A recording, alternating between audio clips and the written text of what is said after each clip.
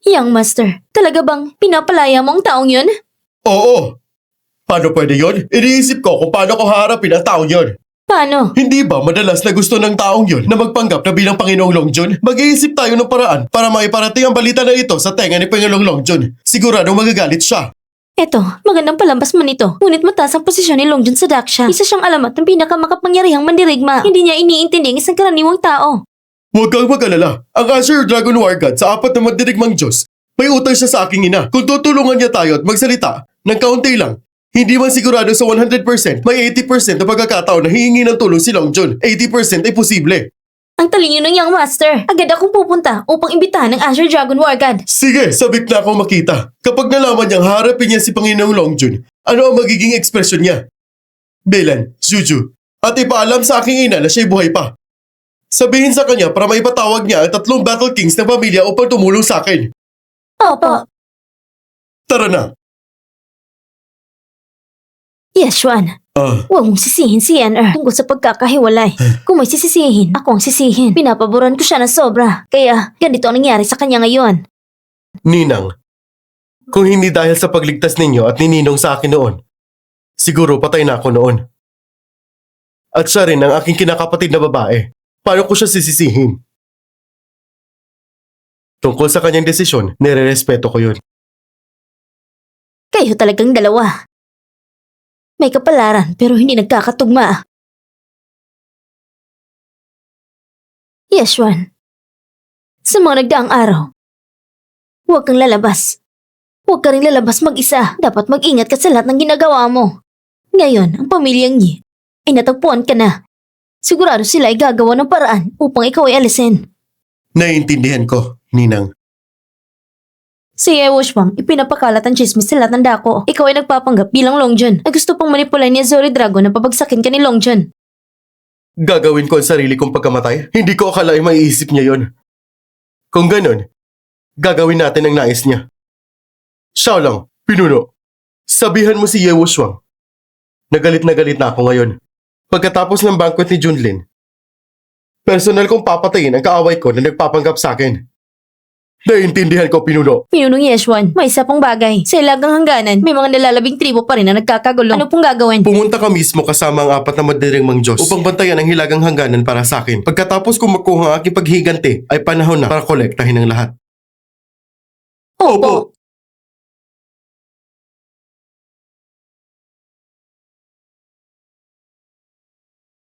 Papa, nakakakilabot naman itong laban na ito. Dumating na ang mga pangunahing pamilya ng Daksha. Pwede tayong malunod.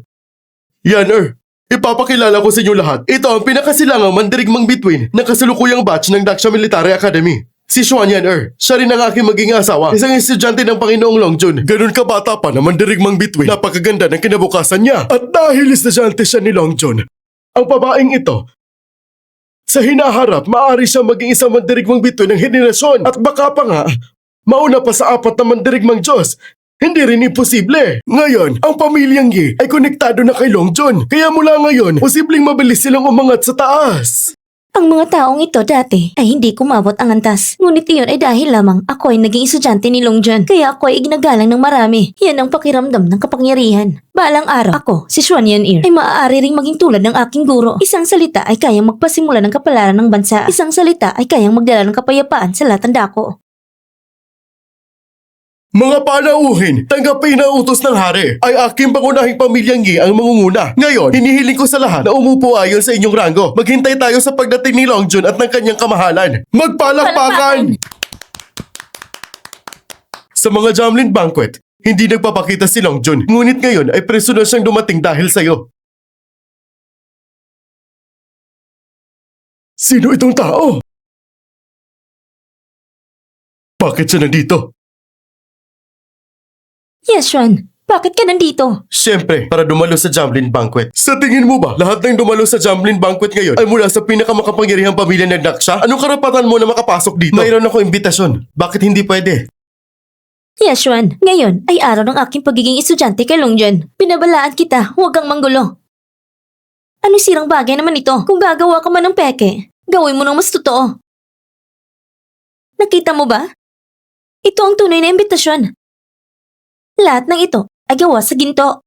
Wala kang mata para makita ang aking imbitasyon. Mas mahalaga pa ang aking imbitasyon, gawa sa itim na ginto. Katatawanan, akala mo ba sa pagsisinungaling mo lang, mapipigil mo kami? Tanungin mo ang lahat ng narito. Sino ang nakakarinig na tinatawag na itim na ginto na imbitasyon? Iyan ay dahil ito ang pinagkaloob ng hari. Ang aking imbitasyon, hindi karapat-dapat malaman ng inyong antas. Hindi kayo karapat-dapat. Ikaw na pinalayas ko sa pamilyang Yi na wala ng trabaho. Ay nangahas pang magsabi na wala akong karapatan? Kung magpapatuloy ka pa, kapag natuklasan mamaya, na peke ang imbitasyon mo, ito ay mabigat na kasalanan. Mga general, nais kong ireklamo na ang taong ito ay gumawa ng peke upang makapasok. Dakpinin niyo siya. Sumama ka sa amin. Sigurado ka bang hindi mo titignan ang imbitasyon ko?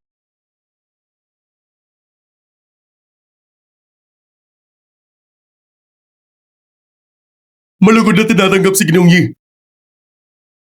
Malugod na tinatanggap si Ginoong Yi. Sigurado ba kayong totoong imbitasyon ito? Paano ito posible? Ang mga imbitasyon dito ay iba sa iyo. 2 dragon cards. Nagkakamali ba kayo? Ang mga imbitasyong ito, 3 lang ang ginawa. At may natatanging tatak na nakaukit. Hindi maaaring peke ito. Kayong dalawa, mangyaring humingi ng paumanhin sa aming ginagalang na panauhin. Kung hindi, ikakansela namin ang inyong karapatan sa pagdalaw sa handaan. Ikakansila ang aking karapatan? Ako ay isang digmaang bituin ng Daksha. At ako'y alagad ng Dragon Lord. Sigurado ka ba na sa pagtingin sa imbitasyong ito ay parang nakikita mong hari? Maliban na lang kung ikaw mismo ang Dragon Lord. Siguro isang pagkakamali lang ito. Pasensya na. Ginoong Yi, kung may hindi ka nagustuhan, sabihin mo lang sa amin anumang oras. Ngayon, kontento na ako. Salamat sa iyong pagsusumikap. Yeshwan, huwag kang arugante. Huwag mo akalain na hindi ko alam na muli kang humingi ng pabor kay Master Chengwan. Ganito ang mga pabor. Titingnan natin kung ilang pesos mo pa magagamit. Ano naman kung nakuha mo ang imbitasyon? Ang mga pwesto ngayon ay ayon sa katayuan na trangko. Ikaw na wala pang trabaho, isang inutil. Siguro dito ka lang mag-iisa sa likod ng pinto. Tama.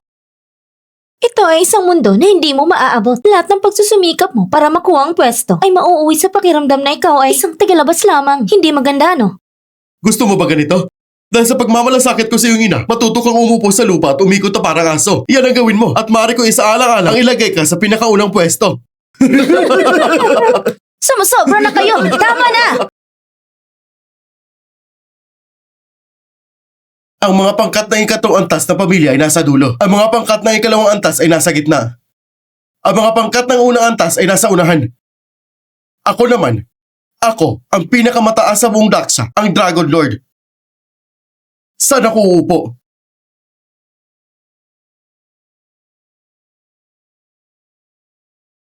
Nabaliw na! Nangahas pang gumawa nito sa harap ng mga makapangyarihan. Sinasabing mong ikaw ang Dragon Lord.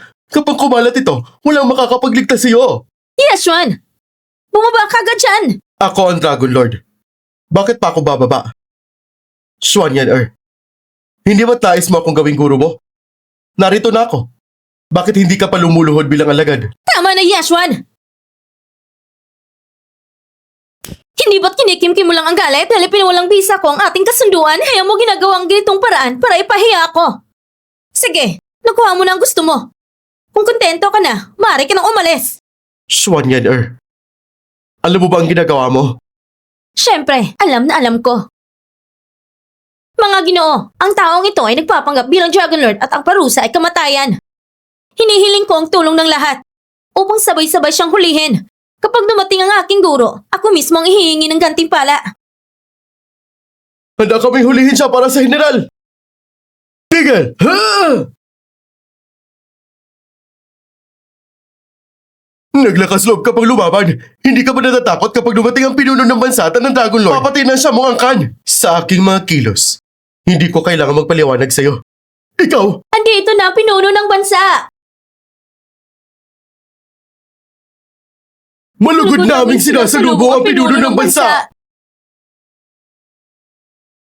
Yeshwan, dahil matigas ang ulo mo, huwag mo akong sisihin kung hindi ko naigalang ang mukha ng aking mama.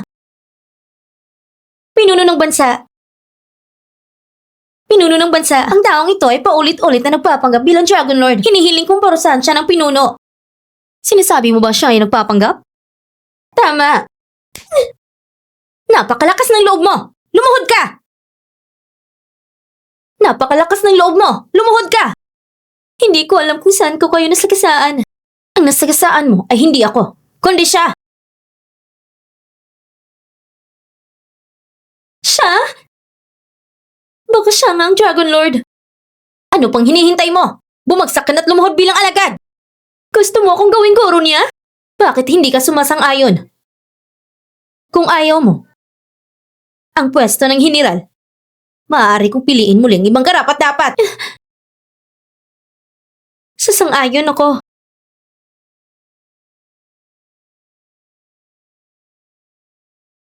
Guro, tanggapin po ninyo ang pagbagsak ninyong alagad. Sa pagtanggap ng alagad, binibigyang halaga ko ang ugali at pagkatao. Kung may kakulangan ang iyong asal, patuloy pa ito susuriin. Ang liham ng pag-aalay, tinatanggap ko muna. Ang seremonya ng tiyang alay, pagkatapos mo maipas ang aking pagsusulit, pwede mo nang inumin, hindi huli ang lahat. Malamig ng oras. Tapos na ang palabas, tapusin ang pulong. Ay, Pinuno ng bansa, tayo na.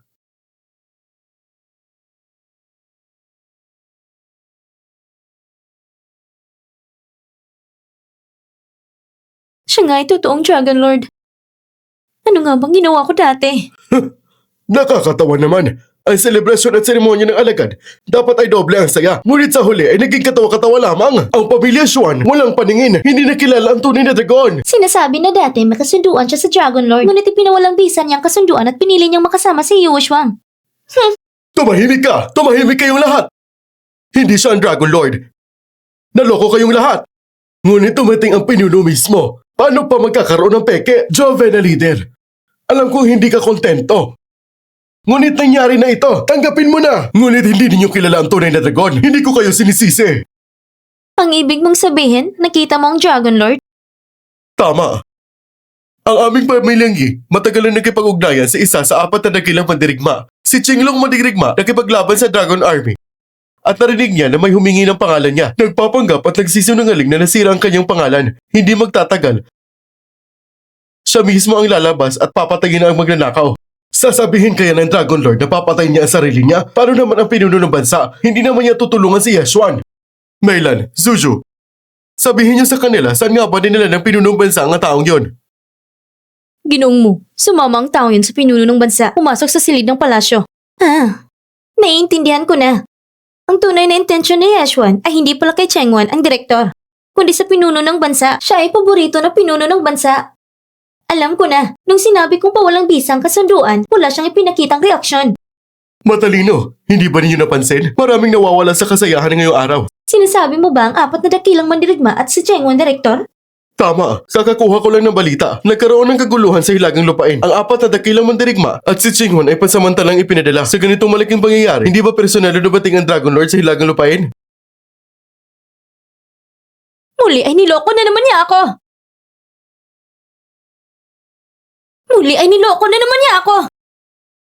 Noon, mga artista ang nagpahamak sa bansa at ngayon, mga lalaking paborito ng namamayani. Ang pinuno ng bansa ay hinahayaan pang isang lalaking paborito na nagpapanggap at humiya sa isang dakilang bayani tulad ng Dragon Lord. Kailangan ipaghiganti ko ito para sa aking guro! Yanner, kung galit ka, may paraan ako. Ganitong gagawin natin. Hindi ba masyadong masama yon? Kapag nagwala siya, hindi ko siya kayang labanan. Ano ang kinakatakot mo? May Dragon Lord na induction na sumusuporta sa atin. Ganyan dapat tratuhin ng mga tulad niya. Sige.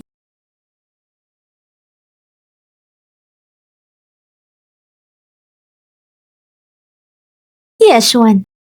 Matagal ka nang bumalik, hindi mo man lang ako dinalaw. Miss na kita. Alam mo naman, hindi pa ako nakakaganti. Pamilyang lang naman yun. Ikaw ang walang kapantay na Dragon Lord. Durugin mo sila. Hindi ba't kasing dali lang ng pagdurog sa isang langgam? May pakiramdam ako na may nangyari noon. Noong mga panahong yun, may nakatagong lihim sa katawan ni Ye Wushwang. Isang napakadelikadong pakiramdam. Maaaring ang pamilyang Yi ay may kaugnayan sa masamang kultibador na nakatakasakit 3 taon na nakalipas. Ano? Ayos lang, tutulungan kita. 16 na taon na nakalipas. Kung hindi dahil sa aking ninong, hindi ako sana nakaligtas. Nangako ako sa dating pinuno ng bansa na poprotektahan kita habang buhay. Pero gusto ka rin ipakasal sa akin ng amang emperador. Bakit hindi mo pa ako pakasalan? Ikaw? Yes, Juan. Noon, ginamit mo ang kasunduan ng nobya mo para pigilan ako. Ngayon naman, hindi ba matatapang ka? Ano bang ikinatatakot ko? Gawin mo nga.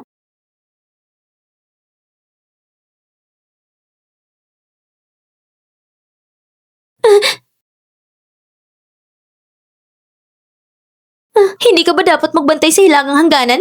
Bakit ka bumalik? Ako'y dapat mamatay sa kasalanan. Ngunit malalang sitwasyon kaya kailangan kong bumalik. Muling nanggugulo ang mga barbaro sa Hilaga. Ang sarili kong Panginoon ang nangunguna sa kumpanya. Hindi ba dapat sa hilaga, Panginoon? Ang mga barbaro sa hilaga ay naiwasto ng aking mga tauhan. Huwag kang mag-alala, Panginoon.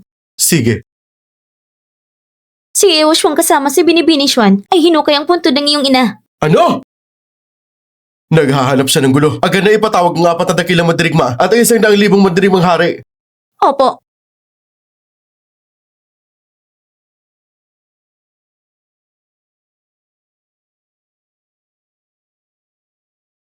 Ang Panginoon ay naghukay na. Buksan ang kabaong at ang abo ng malupit na babae ay ilabas at iwisibas. Opo. Yes, Xuan. Yes, Xuan. Huwag mo akong sisihin. Ginawa ko ito para lang sa'yo na magsisi sa maling daan. Nakaayos na bang lahat? Panginoon, naipalam ko na kay Yeshuan sa bangkwet ng kaharian ang pagpapanggap niya bilang Dragon Lord sa 4 na dakilang mandirigma at ngayon, ang 4 na dakilang mandirigma ay pabilis na patungo sa lugar. Yeshuan, ngayon, si Dragon Lord ay tunay na nagalit. Yeshuan, patay ka na ngayon. Ano naman ang sinabi ng pamilya sa aking ina? Panginoon, syempre sumusuporta ngayong lola at ang 3 dakilang mandirigmang hiniling mo ay naimbatahan na. Magaling. Dapat ganito. Nakatayo na ang entablado. Naghihintay na lang sa pagdating ng taong yun. Nasa na bang taong yun? Hindi kaya tumakas na? Ayon sa ulat ng tagusubaybay, dumating na siya.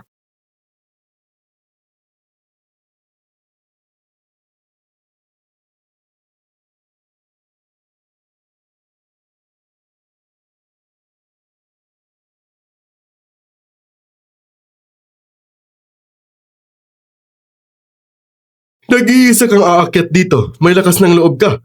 Medyo matapang ka rin. Isang mandirigmang may tapang pero walang plano. Xuan Yan dahil sa pangalan ng aking ninang, paulit-ulit kitang binigyan ng pagkakataon. Ngayon, hindi ka ba natatakot na mamatay? Sapat na, Yeshuan! Huwag kang magpanggap. Alam nating lahat. Hindi ka talagang Dragon Lord. At ang tunay na Dragon Lord ay nasa labanan sa hilaga. Samantalang ikaw ay isa lamang natanggap bilang paborito ng hari. Kawalang hiyaan! Sapat na! Ang pagkakaangat mo ay nakakasawa na sa akin. Dahil sa aking mama, bibigyan pa kita ng pagkakataon. Basta lumuhod ka at aminin ang iyong pagkakamali. Kapag dumating ang guro, maaari ko ipakiusap ka sa kanya. Dahil sa aking ninang, bibigyan pa rin kita ng isang pagkakataon. Basta ngayon, tumayo ka sa puntod ng aking ina at tumapat ng 3 beses. Hahayaan ko na lang. Walang lunas sa'yo. Ang ulo ng pamilyang hindi mo na kailangan pang isipin ang damdamin ko. Kumilos na. Yeshuan. Hanggang ngayon, hindi mo pa rin naiintindihan ang sitwasyon. Parang hindi ka pa rin umiiyak kahit makita mo ang kabaong. Yeshuan, nasiyahan ka ba sa regalong inihanda ko para sa'yo? Nasiyahan ka ba? Hinahanap mo bang kamatayan mo? Hinahanap mo bang kamatayan mo? Ibalik mong alaala ng aking ina sa akin. At pwede pa kitang patawarin. Talagang paborito ka ng mama mong gago ka. Hanggang ngayon, hindi mo pa rin alam ang iyong lugar. Gusto mabuti na makasama mo ang iyong ina. Ngunit hindi ka nagpapasalamat. Kung ganun, huwag mo na siya makita kailanman. Basta ibalik mo ang alaala ng aking ina sa akin. Ano man ang gusto mo? Kung kaya ko, gagawin ko. Gago ka ba? Hindi ka ba ang superior? Hindi ka ba ang Dragon Lord ng Daxa? Hindi mo ba ako dapat patayin? Halika! Subukan mo! Ibalik mo sa akin ang alaala ng aking ina. Maaari ko ito ibalik. Basta lumuhod ka. Ibabalik ko sa'yo. Bigi ka ba? Sinabi ko sa'yo, lumuhod ka!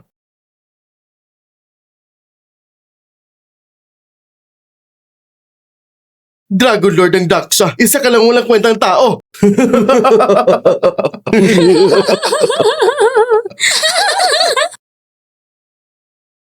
Dragon Lord! Ngayon, maaari mo na maibalik sa akin ang alaala ng aking ina. Ibabalik? Sabihin mo sa kanya, dapat ba ito ibalik? Yan, tignan mo siya. Hindi ba parang aso? Parang aso! Yes, Juan. Ito ay bunga ng sariling gawa mo. Huwag mo kong sisihin. Uulitin ko ng huli. Ibalik mo sa akin ang alaala ng aking ina. Ako ibabalik? Pwede ito ibalik. Ipinapangako ko na ibabalik ko ito sa'yo. Ngunit hindi sa ganitong parang ibabalik ko sa'yo. Akala talaga ng binata na ibabalik mong bagay sa kanya. Bakit ibibigay? Bakit hindi? Ang ipinangako ko ay tiyak kong gagawin. Ngunit, hindi ko sinabi kung paano ko ibibigay. Sunugin mo nito, ibibigay pa rin. Huh?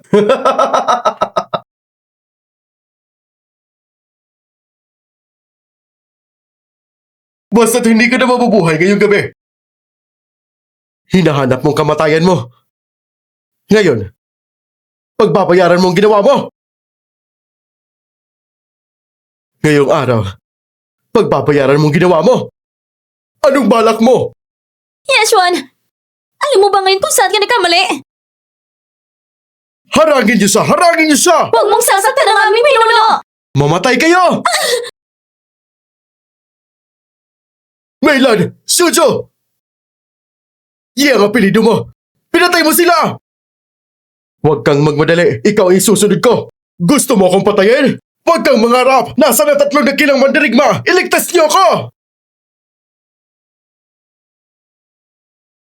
Sino gusto sa ng aming binata? 3 leader ng clan. Magmadali. Puksay ng kalaban. Ang taong ito ay lubhang masama. Hindi lang nagpakilala bilang Dragon Lord, kundi pinatay pa ang 2 katulong kong babae. Pupunta para patayin ako. Sobrang bigat ng kanyang kasalanan. Ngayon, kaming 3 ay kumikilos bilang katuwiran ng langit. Mag-ingat kayo mga leader ng clan. Kayang patayin niya ang 2 dakilang master na sina Maylan at Juju. Marahil isa siyang mandirigma sa antas ng Battle King. Kahit na Battle King ay may antas pa rin, kami ay nasa antas ng Battle King na maraming dekada. At halos naabot na ang pinto ng realm ng Battle God. Laban sa isang batang bagong Battle King, madali lang siyang talunin. Tama, bata. Kung marunong ka, magpakamatay ka na bilang paghingi ng tawad. 3 dakilang Battle King. Ito ang iyong sandigan. Kung yun lang ang meron ka, dito ka na magtatapos ngayon. Kayong mga pabibo, mga kuya, sama-sama nating hulihin ang batang ito! Sandali! Sandali!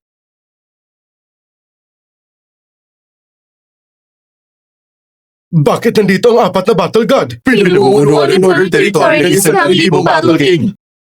Kung hindi ako nagkakamali, lahat ng nasa likod niya ay Battle King. Peste! Ano nangyayari dito? Huwag kayong mangamba mga leader ng clan. Lahat ito ay mga kaibigan. Ang taong ito ay paulit-ulit na nagpakilala bilang Dragon Lord na nagpasiklab ng galit ng Dragon Lord. Kaya pinadala niya ang 100,000 Battle King sa Northern Territory. Tama ba, Blue Dragon Battle God? Tama.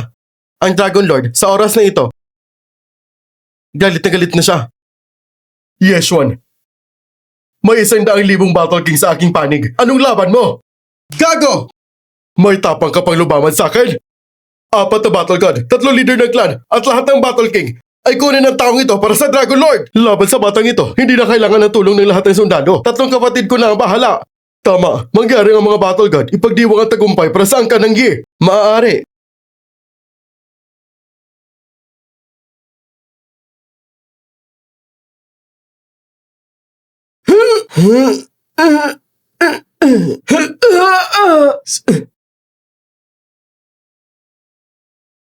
Sino ka ba talaga? Sino ka ba talaga? Blue Dragon, ano ba talaga nangyayari? Sino ba ako? 3 taon na nakalipas, nasa harap ng aking palasyo kayo at nakaluhod ng matagal. Sinubukan pasukin ang aking teritoryo. Ikaw pala, namatay ako sa kamay mo. Walang pagkakasalang aming maramdaman. Yes, Juan. Sa harap ng 4 na Battle God, pinatay mo ang mga Battle King of Redsia.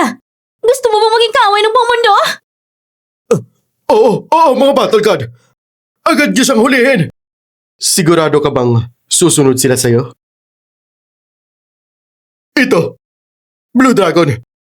Ano ba itong sitwasyon? Hindi ba pinupunta kayo ng Dragon Lord upang patayin ang batang ito? Tama, kami ay pinadala upang pumatay.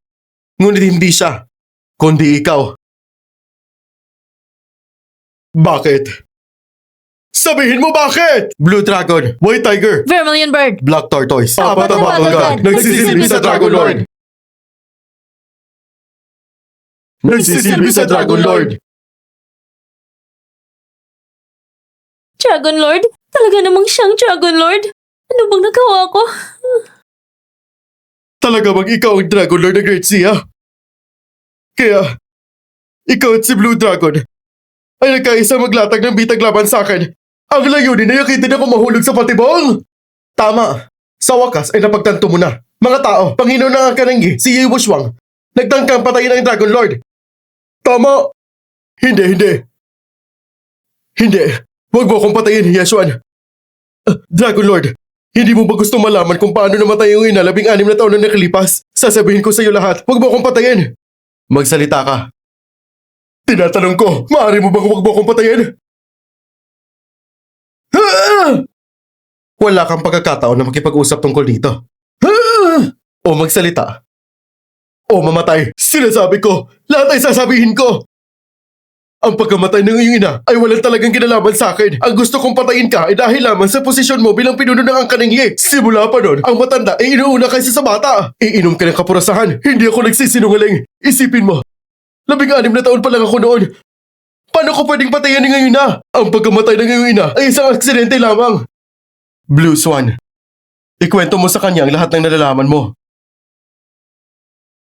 Ang ulat sa inyo, Panginoon, nalaman namin, ang iyong ina, si Zuan Yuan, ay hindi namatay sa sakit 16 na taon na nakalipas, kundi pinatay sa pamamagitan ng lason. Nung araw ng kanyang pagkamatay, may 2 taong gulang na bata sa lugar, at ang bulsa niya ay may dala pang lasong hindi natanggal. Ang batang yun, 16 na taon na nakalipas. Ay ikaw, hindi ba? 16 na taon na nakalipas, ang lahat na nakakaalam ng katotohanan ay namatay. At nagawa mo pa rin matuklasan, walang duda. Tunay ngang Dragon Lord ng Daksha ang nagpapabigat sa buong mundo. Tama. Talagang ako ang pumatay sa iyong ina. Alam mo ba, nung namatay siya, wala siyang kahit kaunting galit sa aking mga mata. Baka nga ay pinapalakas pa niya ako na huwag magsisi sa sarili. Ito ang una kong pagpatay. At ito rin ang pinakawalang kwentang pagpatay ko. Bakit hindi niya ako sinisisi? Bakit niya pinapakita na iniisip niya ako? Bagaman pinatay ko siya sa pamamagitan ng lason at kinuha pa ang anak niya at lahat ng pag-aari niya, bakit hindi siya galit sa akin? Bakit hindi siya galit sa akin? Wala ka ng pag-asa. Yes, Sean. Panalo o talo, namatay ako sa iyong kamay, wala akong sama ng loob. Ngunit ang aking ina ay tiyak na maghihiganti para sa akin kahit gaano ka kagaling. Ano naman ang iyong ninang? Siya ay isang ordinaryong tao lamang. Walang hiya ka!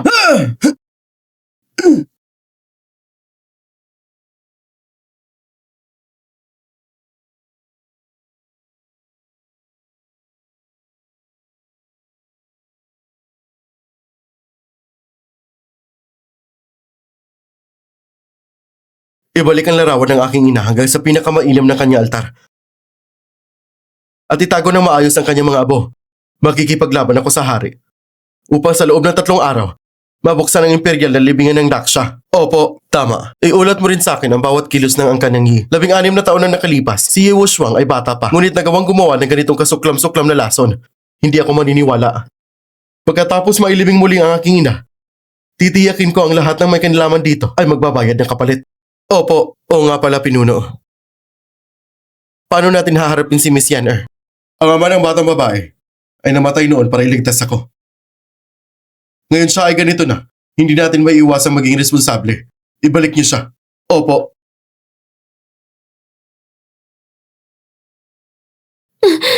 Yan, nagising ka na. Alam mo ba, natulog ka ng isang buong araw at gabi. Kinabahan ako na sobra. Ma, nasan si Yashuan? Si Yashuan ay lumipat na siya. Ikaw, tanga mong bata. Bakit bigla mong naisip na alagaan si Yashuan? Sana kayong dalawa pumunta. Paano kanya dinala pa uwi? Ma, paano kung nagkamali ako? At sobrang kalokohan ang aking pagkakamali. Kailangan tanggapin at hanapan ng paraan para itama. Kung hindi niya tatanggapin, hindi tatanggapin. Kailangan ipakita ang sinseridad. Opo, naiintindihan ko. Salamat, Ma. Saan ka pupunta? May lakad lang ako. Teka lang sandali. Hindi mo pa nasasabi sa akin kung saan kayo pumunta ni Yashuan.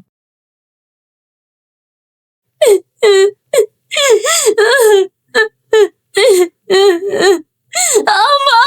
Ihingi mo na mo ng katarungan para sa aking anak na si Yashuan. Ha!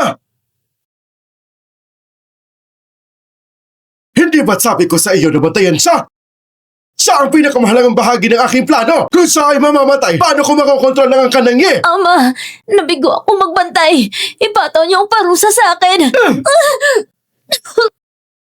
Sa tabi ni Wushuang ay ang mga master na sina Meilan at Suju at kasama niya rin ang tatlong matatandang ang kananggi. Inilipat upang tulungan siya. Sige, sabihin mo nga. Sa buong mundo, sino ang makakapatay sa kanya? Siya ang batang nakatakas 16 na taon na nakalipas. Ngayon, siya ay paborito ng hari. At may hari na sumusuporta sa kanya. Kaya, Karapat dapat din ng hari. Kung hindi ko pa natatapos ang aking pagsasanay, ilalagay ko ba ang kaharian sa kamay ng isang babae? Ama, sobrang lakas ba talaga ng Dragon Lord ng Daksha? Hindi ko alam. Ang hari ng Hilagang Rehiyon ay kalahating supremo. Ang Dragon Lord ng Daksha ay kayang pahupain ng Hilagang Rehiyon. Kaya siguro ay nasa supreme level din siya. Pero ama, ikaw rin isang supremo. Baka, natatakot ka rin sa Dragon Lord ng Daksha. Oo! Biro lang. Hindi ako natatakot sa kanya. Sige, sige. Si Wushuang ay apo ko rin. At babayaran ang kanyang mga kaaway. Salamat, ama! Mukhang ang batang yun ay talagang paborito ng hari. Nahayaan siya manirahan sa banyuwal ng hari ng Daksha. Para sa sarili niyang kapahamakan, nakita mo, naghanda siya ng sariling libingan.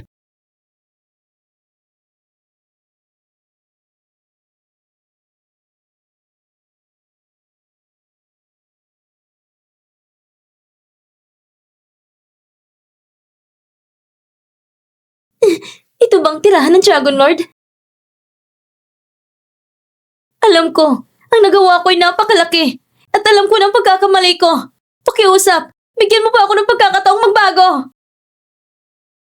Hari, nakita kong ilang palatandaan. Marahil may kugnayan ng angka ng Yi sa taong may maskara na pumatay sa iyong ninong 16 na taon na nakalipas. Maskadong tao? Hinahanap ko siya araw at gabi. Ngunit wala akong natagpuang palatandaan. Hanggat hindi natatanggal ang taong ito, hindi mapapakali ang aking puso. Minsan pa nga, maaaring malagay sa panganib ang aking ninang. Huwag kang mag-alala, Hari. Ipapabantay ko si Joker sa bahay ng Xuan. Hindi ko hahayaang may mangyaring masama sa iyong ninang. Sige, Hari, si Miss Yan'er mukhang nakalohod siya sa labas para makausap ka. Anong gagawin natin? hayaan mo siya magpatuloy sa pagluha. Opo. Hari, hindi ba ito si Dragon Lord? Ano bang nangyayari? Hindi ba ang nakatira dito ngayon ay ang batang si Yeshwan? Sino? Sino? Hindi pwede, natuklasan ako. Hindi ako pwede mabigo. Hindi pa tapos ang aking misyon. Takbo! Hari, siya isang eksperto. Maghintay ka rito. Susundan ko siya. Magandang araw, Dragon Lord. Pakiusap po, Dragon Lord. Bigyan niyo po ako ng pagkakataong magbago. Sino itong tao? Bakit siya lumabas mula sa bahay ng Dragon Lord? Si Yeshwan, nasan siya? Isa sa mga disipulo ni Dragon Lord ang naging bihag sa pagkakataong iyon. Ang bilis niya. Nakakakilabot. Ang aura niya. Mas malakas pa kaysa kay Lord Chengwan. Sa buong mundo, iisa lang makakagawa nito. Baka siya ang Dragon Lord. Oo, siya nga. Na makakalabas mula sa bahay ni Dragon Lord. At may ganitong lakas. Walang duda. Siya talagang Dragon Lord.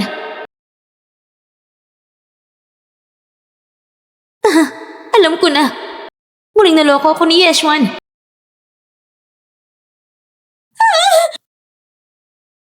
Ako si Xuan Yan'er. Nagpapakilala sa Dragon Lord. Anong tawag mo sa akin?